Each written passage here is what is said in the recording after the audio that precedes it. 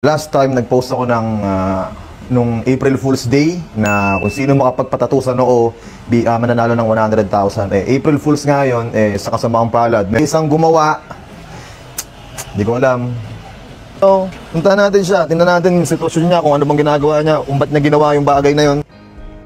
Pinuntahan ng may-ari ng takoyaki store na Taragis ang lalaking kumagat sa kanilang April Fool's Day post at ipinatuto sa noo ang kanilang logo para sa premyong 100,000 pesos.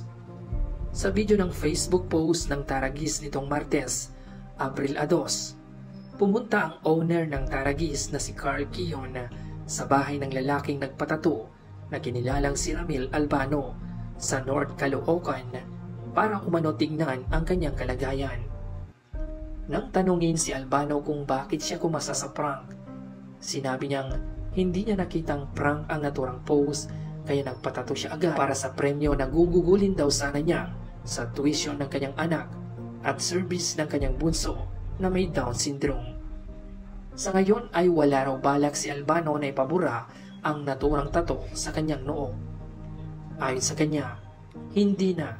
Una, mahirap, siyempre kailangan Para sa anak ko, inabutan ni Kiyon si Albano ng pera na hindi na binanggit kung magkano at sinabing hindi yon ang huling tulong na ibibigay nila rito.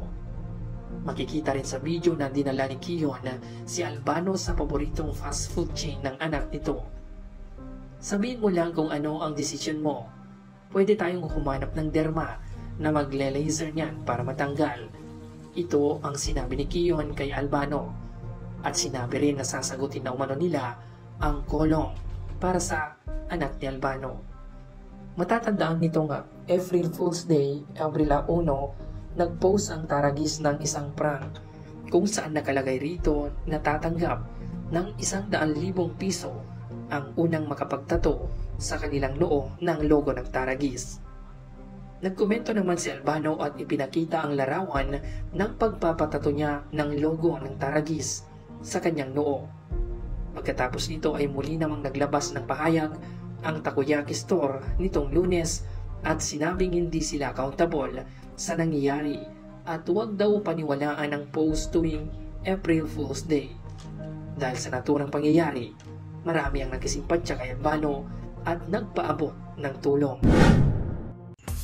At eto na po mga idol, yung makikita natin umaakyat sa likod natin, yung mga nais maghandog ng tulong kay Sir Ramil Albano at sa kanyang anak.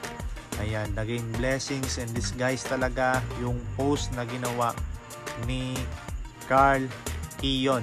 Pero meron tayong aabangan na mga issue storya after this video.